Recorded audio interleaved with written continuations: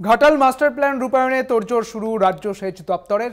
Ghatal master plan রূপায়ণ নিয়ে 12 June সেচ দপ্তরের সঙ্গে বৈঠকে বসেছিলেন ঘাটালের সাংসদ দেব।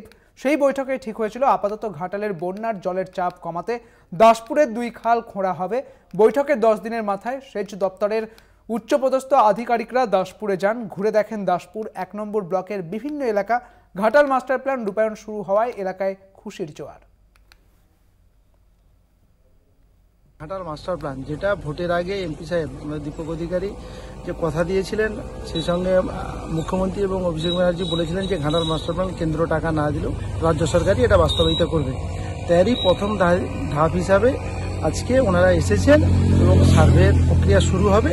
জাস্ট ওনারা দেখতে এসেছেন যে কোনখান দিয়ে কী করা যায়। বিশেষ করে বিজ্ঞানী মেঘনাথ সাহের যে প্ল্যান ছিল চন্দ্রেশ্বর খালকে শিলাবতীতে সংযোগ করানো, সেই কাজটাই মেনলি প্রথম প্রায়োরিটি হিসাবে এটাই করা হবে। দীর্ঘদিন থেকে শুনছি সেই ছোটোবেলা থেকে, কিন্তু আজ পর্যন্ত তো হয়ে ওঠেনি। হলে ভালো, এখানে আমাদের এলাকার উপকৃত হবে অনেক।